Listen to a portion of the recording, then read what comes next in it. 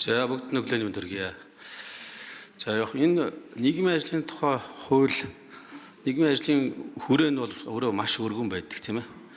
Зөвхөн энэ дээр ингээ харахаар жишээлбэл хувь хүний хөгжлийг дэмжих үйлчлэгээтэй холбоотой асуудлыг энэ мэргэжлийн холбоо маань бас хариуцаад мэдээллийн сан дээр бүрдүүлэх гэдэг л да. Тэгэхээр би бол Монгол улсад хувь хүн болгон өөрийнхөө хувь хүний хөгжлийнхөө төлөө ажилдаг, өөрөө бие дааж ажилладаг энэ тал руугаа илүү хөгжих ёстой гэж боддог. Саранчлалын гишүүн ч гэсэндээ ер нь өөрөө хүн өөрөө асуудлаа шийддэг байх тал руу илүү ярьдаг л та. Тэгэхээр энэ би нийгмийн ажлын хууль дээр хувь хүний хөгжлийг дэмжих үйлчлэг байна. Янз бүрийн үйлчлэг байж болно шүү дээ. Сургалт байж болно, зөвлөгөө байж болно. Тэгээ энийг бүгднийг мэргэжлийн холбоонд аваачаад заавал тэнд аваачих ямар шаардлага юм бэ гэдэг. Нэгдүгээр асуулт байна. За хоёрдугаарт бол хувь хүний одоо нийгмийн үйлчлэгийн хүрээч нь төрийн байгууллагаас гарч байгаа үйлчлэг байна. Хувийн сектороос байж байгаа үйлчлэг байж болох гэдэг. Тэгээ бүх мэдээллийн нэгдсэн сангийн холбоон дээр авчирч байгаад богинуулах гэдэг юм л да. Тэгэхээр энэ хувь хүний нууцлалын тухай хуультай холбогдлолтой асуудлууд гэдэг олон асуудал байна шүү дээ. Энэ бүгдийг яаж зохицуулж байгаа вэ? Гэт. За дараагаар нь болохоор бол яг ер нь нөгөө энэ салбар дээр бол одоо 3000 гаруй ажиллагчид ажилладаг. За цалин хөлсний асуудал нэлээд хүнд байдаг. Батхай бол одоо танилцуулга дээр бол дурдгдсан байгаа. Тэгэхээр холбоо маань болохоор бол энэ асуудлаар бол ямарсан төртөө ялангуяа төрийн ажил хийж байгаа улсуудтай холбоотой асуудлаар нэлээд тохирж ажиллах юм байна гэж ойлгож байгаа. Гэтэл одоо яг иймэрхүү байдлаар ингээд бүх салбар дээр иймэрхүү байдал нэвтэрчих юм биш үү? Нэвтрэх болох гэдэг үг даа гэдэг ийм л нэг юм хардлага байгаа юм. Тэгэхээр энэ гурван асуудал дээр хариулаач гэдэг.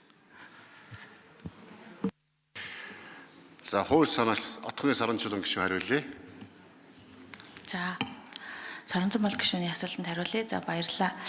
За хувь хүний хөгжлийг дэмжих гэдэг энэ үйлчлэгийн цаана юу ярьж байгаа вэ гэхээр жишээлбэл бид нар одоо бэлгийн хүчирхийллийн хохирож болсон насны хүрээгүй хүүхдүүд, за хүүхдийн асрамжинд амьдарч байгаа 0-аас 17 насны хүүхдүүд байна. 895 тоонууд ярьж болж байна.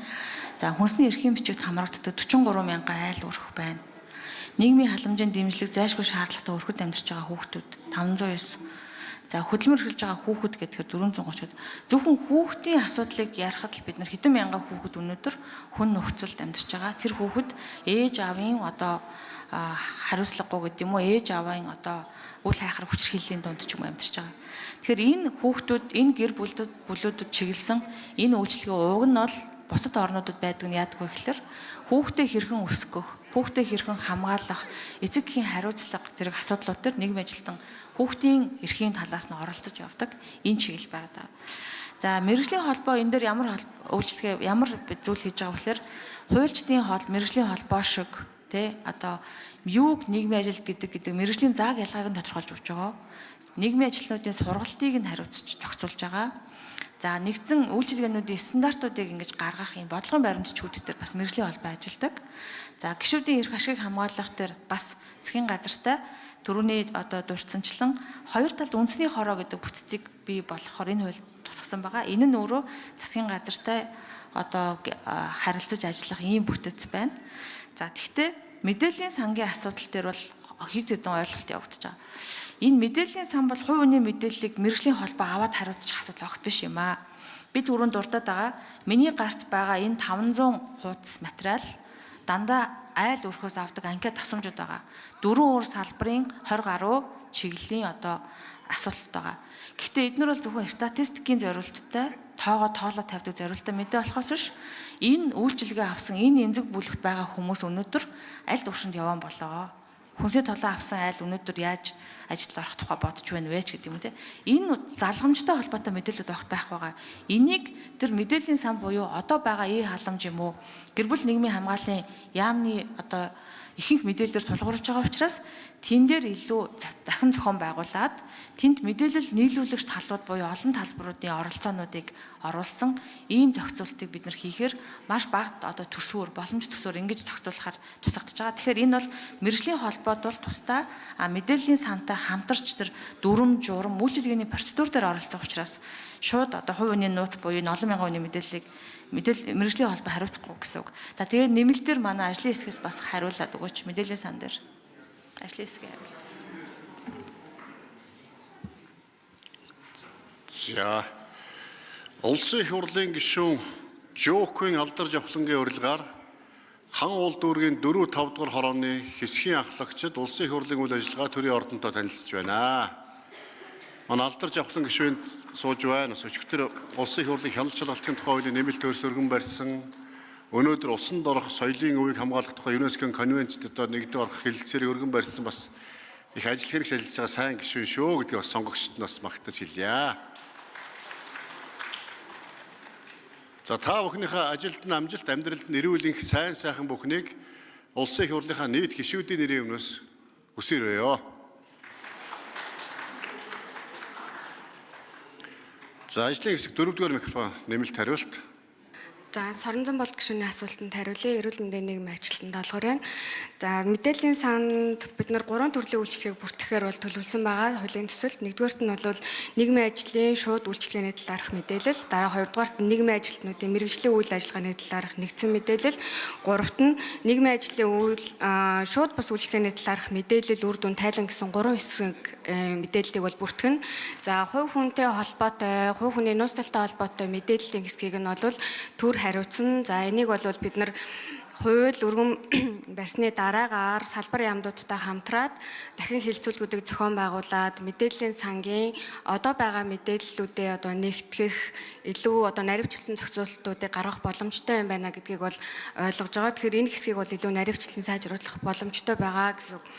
За тэр нийгмийн ажилтнуудын мэргэжлийн үйл ажиллагааны талаарх мэдээллийг нь бол нийгмийн ажлын мэргэжлийн нэгдсэн холбоо хариуцсан. За мөн шууд За асуултаа дуусгачээ. Хариултаа 4-р микрофон. За тэгэхээр энэ мэдээллийн сангийн зохицуулалтыг бол цахим яам болон бусад төс салбарын яамнуудтай хамтраад илүү наривчлсан зохицуулалт хийж аль хэсэгт нь ямар хязгаарлалтууд тавих вэ гэдгийг хууль дээр наривчлан тусгах боломжтой байгаа. За баярлалаа. За Соронзон болд гишүүн тодруулъя. Яг энэ нөгөө нийгмийн ажлын үйлчлэгээний шууд үйлчлэгээний төрөл гээд хувь хүний хөгжлийг дэмжих үйлчлэгээ гэдэг байгаа шүү дээ. Тэгээд тэрийг тодорхойлтыг уншихаар яг ингээд эмзэг үлэг гэхгүйгээр бүхэл хүмүүс рүү чиглэсэн үйлчлэгээ байна гэж хараад байхгүй юу? Гэтэл бид нар одоо Монгол улсад альва зөвшөөрөл янз бүрийн юмгүйгээр үйлчлэгээ эрхлэх боломжийг бий болгоё гэж яриад байдаг.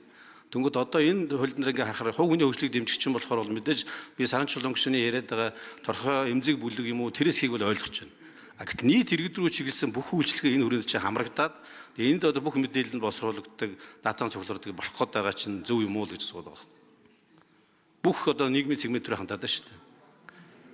Тэгээд одоо энэ юуны нийтлэг үйлчлэгээний төрлүүд чинь 7-гийн 1 дээр заасан 8 төрлийн чинь хамгийн одоо чухал хэсэг нь аль хэсгийг тэрлүүгээ илүү төлөвлөсөн байх хэрэгтэй байсан юм биш үү гэсэн надад бол тийм бодлоо. Тэгэхгүй бүх одоо нийгмийн сегментээр хандсан л ийм л ажлууд хийх гээд шүү дээ. Санал хэлчихв. За хариулъя. Саран чулуун гишүүн хууль сарч хариулъя. За одоо байгаа нийгмийн ажлын үйлчилгээн дээр жишээ аваад гэр бүл хөтөлбөр нийгмийн хамгааллын одоо яамны хүрээнд олон нийтийн оролцоонд түшиглсэн нийгмийн халамжийн үйлчилгээ гэдэг нэг үйлчилгээ байгаа.